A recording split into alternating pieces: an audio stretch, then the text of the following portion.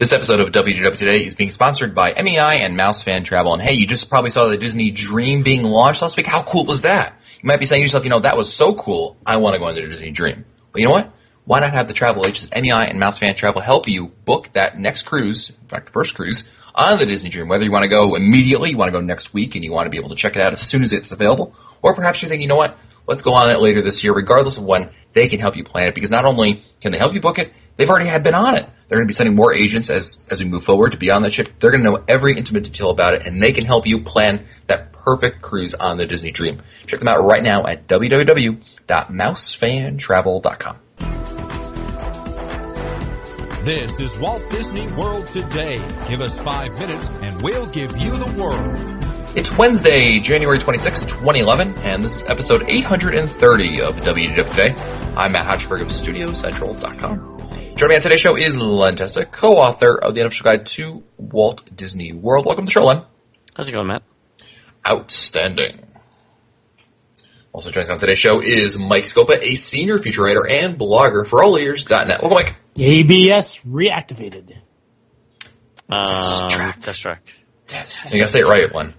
Test track. Test track. You'll never live that one down. That was awesome. It's Wednesday. We're answering your listener questions. We'll start with an email from Rachel Carver of Live Oak, Florida. I believe Rachel's the sister of Josh and Sarah, former Touring Plans researchers, now your neighbors, Len. Now my neighbors in North Carolina. Rachel writes, I'll be going to Walt Disney World this coming weekend. I plan to go to Animal Kingdom on Saturday and Magic Kingdom on Sunday. The crowd rating for Animal Kingdom on Saturday is 1.7 and a 1.2 for Magic Kingdom on Sunday. Mm-hmm. I want to know if they will close any rides or shows or close the park early since the crowds will be so small. No, I don't think Disney's ever closed the park because of lack of crowds. Once they give you the operational hours, it would be really, really unusual to change those for some reason. Yeah, I mean, they don't close the park. They used to sometimes close the attractions seasonally, like Carousel of Progress was one, Sounds Dangerous was another attraction that they would close, during slower times of the year. Yeah, but you'll know about that in advance. Certainly, from what I've heard, even the Carousel of Progress is open, so yeah, don't think that'll be an issue. So the only attractions that might be closed could be those that are outside that deal with water, because they may not. This may give them time to do some refurbishing, some preventative maintenance, and figuring that most guests would not want to ride Kilimanjaro Safari or Splash Mountain during the cold months of January and February, because, let's face it, they have been cold down there. Yeah, good point. Next email is from Joe Fratiani from Syracuse, New York, who writes the Days to Go Walt Disney World iPhone app. On a recent, or not so recent, show, a listener asked about buying a wireless router to use when traveling with his Apple laptops. One little known feature of Macs is their ability to create a wireless network. All you have to do is go to System Preferences, Sharing, and select Internet Sharing. You can select Share your connection from Ethernet to computers using Airport. You have the option to name your network something imaginative and add security. Granted, you need to leave one computer connected using the Ethernet cable, but we found it very useful for creating a hotspot for our various iDevices. Yeah. That's pretty cool. I have a MacBook. I forgot. I didn't even know I had that. There you go. Next email is from Roger Sauer, a.k.a. Unofficial Guy from Salem, Oregon. He writes, last week, the location of the old submarines for 20,000 Leagues was brought up. A few years ago, we were in the boneyard adjacent to the Magic Kingdom. You could see them on Google Earth. Then they disappeared. 2 were viewed at Castaway Cay in 2006. In 2007, one was sunken, the family swim area, and was marked by a white buoy, though the ship was missing its distinctive superstructure. I was able to swim around it as it was in about 10 feet of water. My guess is that the others are somewhere around the world. I have seen photos of one that is brought out as decoration for special events. Right now, the only extinct Nautilus are in Paris, just a big prop, and Tokyo, another big prop, though the Disney Sea Ride experience is cool as you ride through some smaller subs that simulate a ride underwater through the ships that are only hanging from a track while water fills the double-pane windows. Huh. So, pretty cool. Thanks, Roger, for the update on where those Nautilus are. That's awesome. Next email is from Dennis Heinel of St. Louis, Missouri. Are there any preferred room locations for Kidani Village? We're staying in a 2-bedroom lock-off soon. For the review you guys did, it sounds like parking isn't a problem, and they really don't have a quick service either. Do they well, let's start with the first question. Are there any preferred room locations, Len? Well, you want to see the Savannah. You don't want to pay. You don't want to do the points or pay the cash to see the grass. You want to see the inside. Yeah. Yeah, that's true. I don't think they're preferred rooms, like in terms of paying more to be closer to the lobby or something like that. No. Okay, so it's just basically either it's Savannah view or it's a something else view. Right. Do they have a gift store at Kidani Village? Yes. Yep. Do all the rooms at Kidani have the new hookups for the TV? What do you mean the new hookups? Oh, the new inputs, the AV hookups. That's what he wrote. I'm not sure. I think that's what he means. I think so. Yeah, I think so too. They're all flat panel, really nice. Yeah. I mean, Old QS has them now, so I'm thinking. Yeah. Yeah. Next email's from Carrie from Wisconsin. We're planning a trip to Disney to go in October. Our last full day is our son's 10th birthday. We made an ADR for Chef Mickey's for dinner at 5 o'clock, as this is the character meal he requested. We're planning on making this the second day at the Magic Kingdom. I've also made an ADR for Crystal Palace for 8:05 that morning. 2 character meals in one day is a lot, but I wanted to do at least one full-service breakfast and like the idea of getting into the park before opening. He's a little old for Pooh and friends, but I think he'll like the venue and get a kick out of it. We want to do some touring, but the real goal is to give him a special day. What are your thoughts on this? Any other suggestions of what to do to see when spending a child's birthday at the Magic Kingdom? Well, first, I guess let's start here first. What do you guys think of having 2 character meals in one day? It's a lot of food. Even one is too much, too expensive. Where was the second one? Chef Mickey's is for dinner. Yeah. I'd almost suggest that if you want to make it a real special day, instead of doing those 2, you combine them into one and try to eat in the castle. It might be worth it. It's Cinderella's Royal Table? Well, if they want a special, if they really want something special, and I normally would say it's real, it's just too expensive. But if you're going to spend money on 2 character meals, and we know that those 2 buffets are just overpriced, you might as well combine those 2 and go up to the castle. You might even save money by doing it that way, and it's a memorable experience. Well, don't forget also it's a 10-year-old boy. Yeah, I know, but I know. I know. Okay, fair enough. Len, let me ask you this. Well, what other suggestions do we have for spending a child's birthday at the Magic Kingdom? I would definitely wear the birthday button, because wherever you go, you might get a free cupcake or a free cookie or something like that, or just a bunch of people saying happy birthday and stuff like that. So I think that would be that'd be a lot of fun too. How about the steam tour train too? The steam train tour. Yeah. You could do that. You guys, I'll be right back 1 second. Go ahead. You keep going then. I was going to add also one thing that we could do is, or they could do rather, was the Pirates League, and have, since he's a 10-year-old boy, have him get dressed up like a pirate and everything, and I'm sure he would get a kick out of that. Yeah, I do that early in the morning though. Oh, you think so? Well, the thing is that the Pirate League sometimes closes in the early afternoon because they don't expect guests would spend that amount of money for a couple of hours in the park. So it's best to do that during the first hour or 2 so that the child can wear that makeup all day long. Cool. Makes sense. Yeah, I think, in order to especially get the value out of it. Yeah, you're totally right about that, Mike. Yeah. Next email is from Mike Murray of Attleboro, Massachusetts, formerly North Attleboro. Yes, the great Attleboro merger of 2010. I remember it well. Mike writes, with the addition of Captain EO to Epcot, how does this affect touring plans? Does the new attraction affect crowds at all compared to what it used to be? No, not at all. Exactly the same. So no difference between that and Honey, I Shrunk the Kid audience? None. Okay.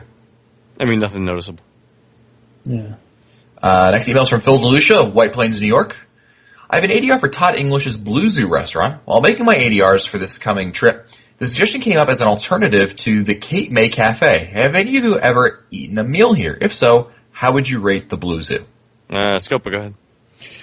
Phil, baby, haven't seen you in a couple of weeks. What I've heard is that Todd English's restaurant is now being considered as possibly the leading restaurant for the best steak on the property. I haven't tested it. I don't know which cut, but that's something that people are being people are talking about. And next time I get a chance, I'm going to have to try it. I'm not sure what cuts he has there, but I'm guessing strip steak would be the one that I'm thinking that everyone's talking about. And you haven't heard anything on Todd English? No, I haven't yet, but I was actually one of the places that I was going to try and get reservations for on my next trip. We had actually, when AJ was on, I think last week, we were talking about this a little bit. I really, I've heard nothing, I haven't eaten there, but I've just heard nothing but negative things about Blue Zoo. Really? For what it's worth, just saying. But I had not heard positive things about it. But some people recently said it was good, so you never know. There you go. Next email is from Paul from East Brunswick, New Jersey. Good day to you good people working so hard to make me smile more on my commute to work. We're planning a big trip to the world to celebrate my daughter's sweet 16th next July 2011. She's a huge Walt Disney World fan, parks and resorts. So we're looking for something special, fun, did I say that? And a little out of the ordinary activities to do. My family is 6, me, my wife, 2 boys who will be 17 and 12, and 1 other daughter who is 11. We've been to Walt Disney World many times in the last 6 years. We may have other family with us who hasn't been that often or have never been at all. Also, maybe a little space to rent, nothing over the top, to have a cake and celebrate the occasion. Any ideas are welcome. Thank you all so much for the fantastic work. Well, I hear that there's a moderately priced safari tour at the Animal Kingdom. Yeah, it's still a lot for 6 people. 6 people, is that like $1,000? Yeah, 1,200 maybe. Yeah, it's 11 something tax. That's a lot. That was the thing I said, by the way, about the safari. If for a family of 3, you might want to ask yourself whether everybody would be happier staying at a better hotel. The safari lasts 3 hours. You'd be in the hotel much longer than that. Back to the question. Something to have fun. A nice meal. Yeah, I was actually what about an inexpensive tour, like behind the seats, which is $10 each or $12 each, whatever it is. That's not a bad idea. I was going to say maybe something in Fort Wilderness, one of the, go rent a boat. Go rent a boat at Fort Wilderness. Yeah, that would be fun. Rent a boat. You guys ever rented one of those pontoon boats over at the Poly? I had one from with the original Chef Mickey's, and that's the same kind, right? So the fairly large pontoon boats. You could fit 6 people on one of those, and I think they probably give you minimal instruction before they send you out on the lake, so it could be a lot of fun. Yeah, I've taken the Boston Whalers out. Those boats, slightly different. The whale, the white whale. They are a lot of fun, especially on Bay Lake. So I would definitely look that would be fun, and that's something that not a lot of people ever do. I think we should have our next WW Today podcast live event on the pontoon boats. Yeah, we're gonna need a bigger boat. We're gonna need a bigger boat. That's awesome. 20 men went in the water. 6 came out. We could drop one of us off in the water and then swim over to the island. That's already been done. Never mind. It's been done. Nice. Yeah. The other thing I was going to add, there's Fort Wilderness has a lot of stuff to do also, archery. So check out some of those activities. Do the resort stuff. The deluxe resorts are well known for that. Next email is from Samantha. We're planning to take a trip to Disney in the summer of 2011. I've been to Walt Disney World as a kid, and I have taken my family to Disneyland. We loved it. Hardly any waits, we just relaxed and went to the parks. I've been reading about Walt Disney World and planning, but it seems like it's going to be a lot more stressful than fun with all the long waits and people unable to get in the restaurants. Is it really that bad? I'm almost tempted to go back to Disneyland. Oh, summer? Summer. Yeah, I think it's okay. Surprised. You don't know unless you try. Yeah, I mean. Well, the other thing about I'm going to give a shameless plug here, but, if you're concerned about crowds, then you just use a touring plan, like one that's provided at touringplans.com or in the back of the unofficial guide to Walt Disney World, and that's really going to make a huge difference. I really believe that. Regardless of the time of year, it doesn't matter. These touring plans really do work, and I would highly recommend it, especially if that's your concern about you want to do everything, but you don't want to wait, in long lines. So that would be my recommendation. Mm-hmm. Next email is from Amanda Sadowski of Willoughby, Ohio. Willoughby! You know Willoughby? Willoughby? Isn't it from Pride and Prejudice? Sense and Sensibilities? Nice. First, I love all the great information you guys give. I also think Annette should always be on the show. I love her answers. That's a very busy gal these days. Anyway, Amanda writes, I just have a quick question about how the Water Park Fun and More add-on works.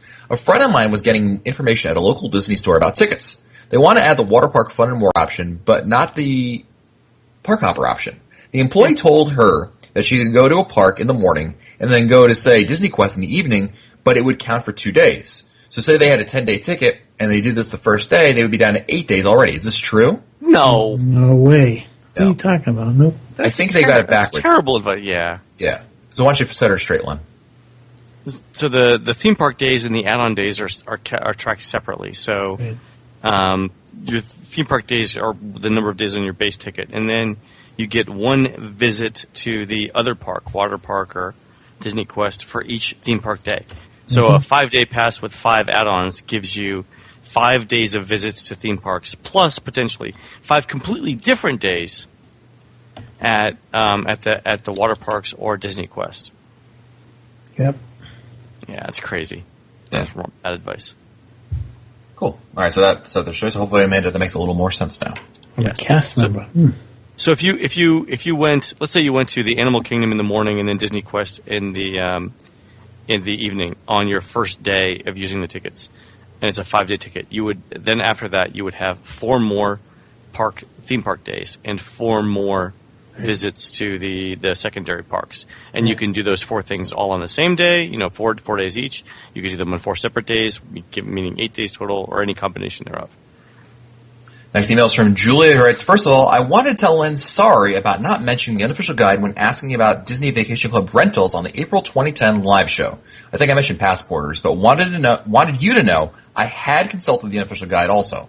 I would have loved to hear that bell ring. What can I say? I was nervous to talk to such Walt Disney World Today rock stars as you guys, totally starstruck. My heart is still healing, so it's okay. My heart will go on, as they say. Oh. Oh, man, you owe a nickel to, Yeah, I know. what's her name from Canada? Celine Dion. Celine What's her Dion. name from Canada? That narrows it down. Christina would know who I'm talking about. Yeah, exactly. Oh, she's a member of Team Celine. I was about to say a little known fact.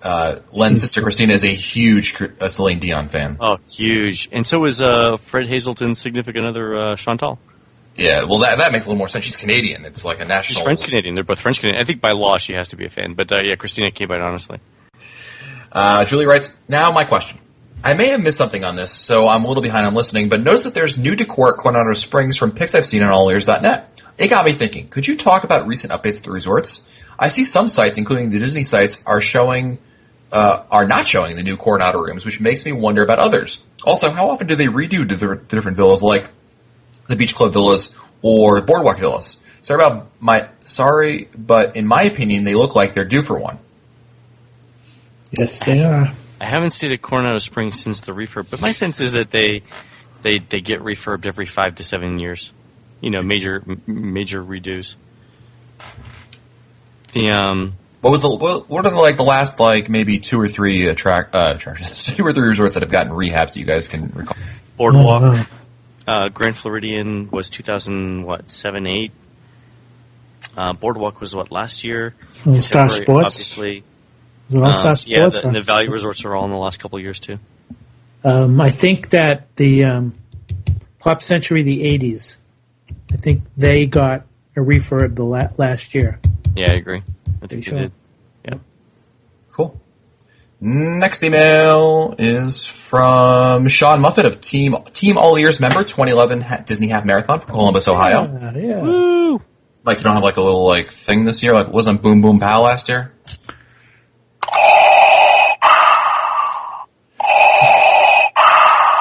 Something tells me Darth Vader is Was not that the... you wheezing on the course? What? That's go Go Sean, go Sean. My wife and I are planning a trip to the Orlando area, and since it's a last-minute trip with a small budget, we may not be able to make it to the world. Since it's a last-minute trip with a small budget, we may not be able to make it to the world this trip. How can we get the best Disney experience without setting foot in the parks? Oh, I get it. Okay, so they're going to Orlando, but they're not actually going to the parks. Got it. Also, if we were able to pick one day and go to one park, what would be the best day of the week, and which park would you suggest for that day? Well, Sean, I think the obvious answer here is it doesn't matter what day it is. Obvious answer is you got to listen to Len. Disney's Hollywood Studios. Yeah, that's exactly what I was not going to say. Can I guess, day? Len? Can I guess? What I'm day? going to say any day, right, Matt? My Yeah. favorite park is. I'm going to say Epcot on a Wednesday. Everything else being equal. What time of year? Does it say, Matt? What time of year? Let's just say if they were going, they would have picked probably May as a nice time of year. May is a nice time of year. I'm sticking with Epcot on Wednesday. Yeah, Epcot on a Wednesday. It's usually a neutral day for us in May. Epcot's good on Mondays. Epcot's good on Saturdays and Sundays. You know, but really, there's no bad day for Epcot. The thing about Epcot too, I mean, dining options are way better. If you had to pick a park, right? It's got thrill rides. It's got good dining. It's got things for the family. Space. Yeah, space, exactly. Well, it's time for our last question of the day, and this is where I usually ask Mike Newell to pick from 3 questions. One gets answered today. The other 2 go back to the email queue to be answered later. It's going to be a long wait for Mike. But since he's not here, I thought I would pass it on to another Mike Scopa. So you ready to pick, Mike? Go for it. Your options are, whoever framed Roger Rabbit must have succeeded. I need a rubric for this. Romantic couples at New Year's, rule breakers. Ooh. What was that last one again, Matt? Romantic couples at New Year's, rule breakers. Oh, that's my fault. I apologize. Let's go with that last one. All right. Well, this is totally about me. Go ahead. Last email today is from Lance in Huntsville, Alabama. Right. Hey guys, thanks for the show. Like so many others, I started listening while hurriedly making my travel plans, but now find myself returning for more. By day, I'm a science geek, so it's cool to see the extent of which you all geek out over Disney park details. Would you imagine that a pair of first-timers could have a relaxing and romantic 4-night stay during New Year's weekend? After hearing repeatedly about how the week between Christmas and New Year's is the one week to avoid, I prepared myself mentally for hours of stroller gridlock hell. And not to mention, this was reinforced by my travel agent, Stephanie at MEI and Mouse Fan Travel, couldn't find any ADRs through December 31st. Oh. But actually, once we got there, it turned out not to be bad at all. I therefore geekily proposed that some of the hard, fast rules just don't apply for the romantic couple for that week. Matt reads fast, so I figured I'd share a few tips and observations. This is for all those active couples out there that are enticed by Epcot's New Year's fireworks and live DJs and atmosphere, or for those young professionals who just can't get time off of work. Or, like our case, for the small fraction of the population who also have a January 1st birthday. Nice. Tip number 1, sit down dining for 2 within the parks, no reservation needed. We did walk-ins at noon 30, or 7 with only 1 to 2 minute wait at 50's Primetime, Brown Derby, and Beer Garden. They said 45 minutes at prime time, but we literally didn't have time to sit down before they screamed our name. For Downtown Disney, we had a reservation, but I saw other couples getting seated at the same time. We were 3 for 3. It's not bad at all. That's awesome. Tip number 2, Cirque du Soleil. For this one, you do need to get tickets early, especially for the closest seating section. I agree with Len that being close really makes a difference, but I think he means Newell, because you haven't seen it, right, Len? No, I saw him on Sunday. You saw Cirque du Soleil. Probably wasn't you on the show, though, that said that. Oh, no. Sorry. I thought you said I saw Newell. No, I have not seen Cirque du Soleil. Woo! Really got to cut back on stiff and glue before the show, Len. Woo! But even 10 days previous, we got 2 great seats by asking for single seats at the end on the aisle. And I guess we had that look in our eyes because a nice gentleman offered to switch seats and let us sit together. Worked out great. Number 2.5 to Downtown Disney is long. Takes 30 minutes to walk through the crowd at a normal pace from where the bus lets off to Cirque. Let's see here. Swimsuits. Shoulda, coulda, woulda. Winter in Florida is defeated by the heated pools, and they're all heated.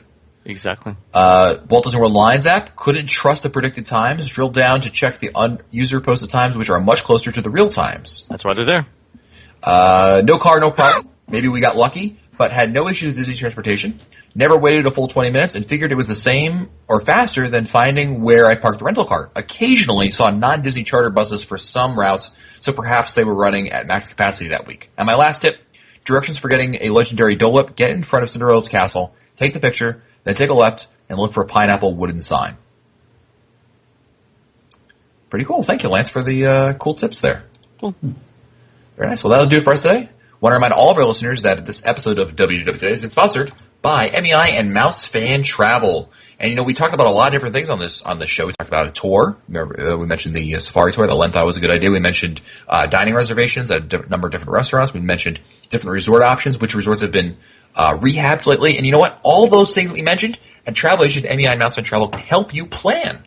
They can do any of that for you, regardless if you've done it before or never done it. Regardless, they can help you take care of all those things and more. Check them out online at www.mousefantravel.com. And don't forget, our next live show is on Saturday, January 29th, 2011 at 8 o'clock p.m. Eastern Time. We're looking forward to talking to you and answering your questions, so be sure to tune in. For Len Testa, Mike Scopa, and Mike Newell, I'm Matt Hochberg. We'll see you on the next show. Stupid Judy, stupid energy.